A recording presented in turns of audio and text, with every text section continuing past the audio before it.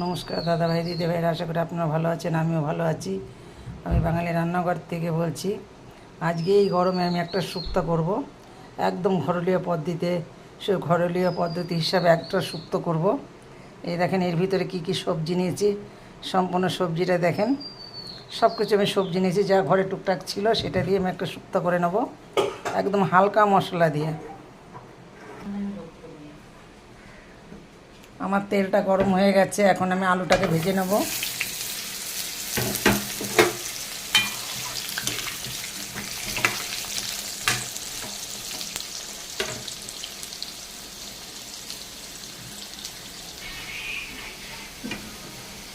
এখন আমার আলুটা ভাজা হয়ে গেছে, এখন আমি নামিয়ে নেব।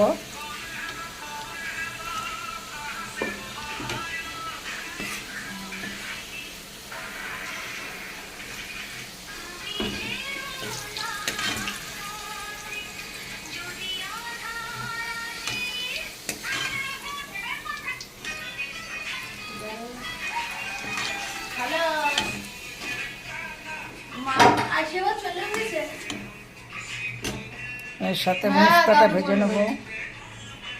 এখন আমি মুস্তাটাকে ভেজে নেব।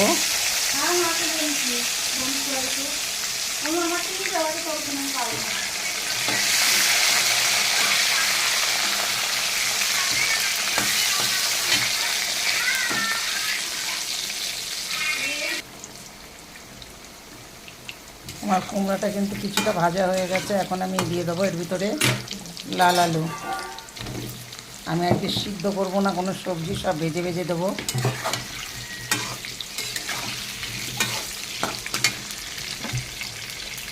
আগের বউ ব্যাঙাসির মতো।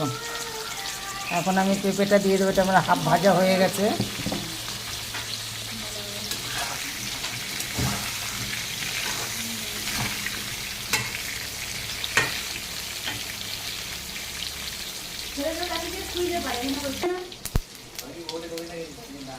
আমি যা ভাজা দেখিয়েছিলাম সম্পূর্ণ ভাজাটা আমি নামিয়ে নিয়েছি। এখন এরপরে আমি পাঁচফোড়ন দিয়ে দিয়েছি। এখন এই পাঁচফোড়নের পরে আমি আবার যে সবজিগুলো ভেজে রেখেছি সেগুলো আমি দিয়ে দেবো, কারণ আমি যে মশলাটা ভেজেছি সেটা সম্পূর্ণ মশলাটা ভাজা মশলা দেবো। এখন যেগুলো ভেজে রেখেছি সেগুলো দিয়ে দিলাম।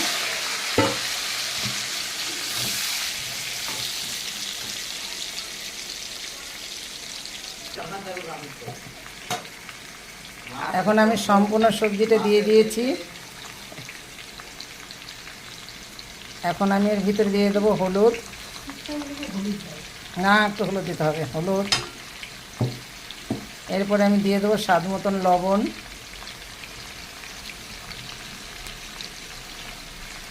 আমি যে মশলাটা ভেজে রেখেছিলাম, চাল মগজ আর পোস্ত ভেজে দিয়েছিলাম, সেটা এখন দিয়ে দেবো।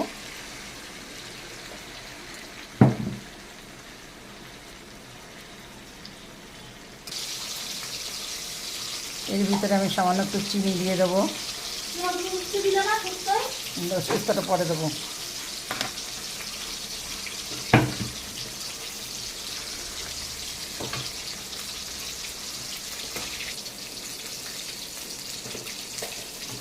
এখন আমি কিছুটা জল দিয়ে দিয়েছি, আমার ওটা ভাজা হয়ে গেছে।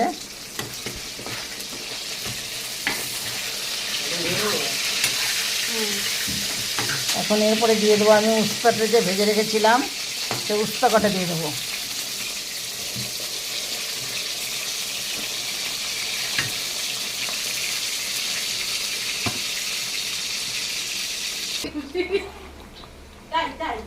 এর ভিতরে আমি আমুলের দুধ দিয়ে দিয়েছি, গরম জল করে আমি 3 চামচির মতন আমি একটু আমুল দুধ দিয়ে দিয়েছি। আমার এটা কিন্তু হয়ে গেছে শুক্তো। আমি এখন নামিয়ে নেব।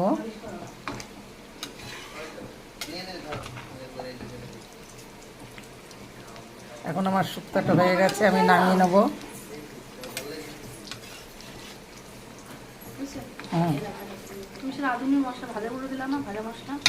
না, কিচ্ছু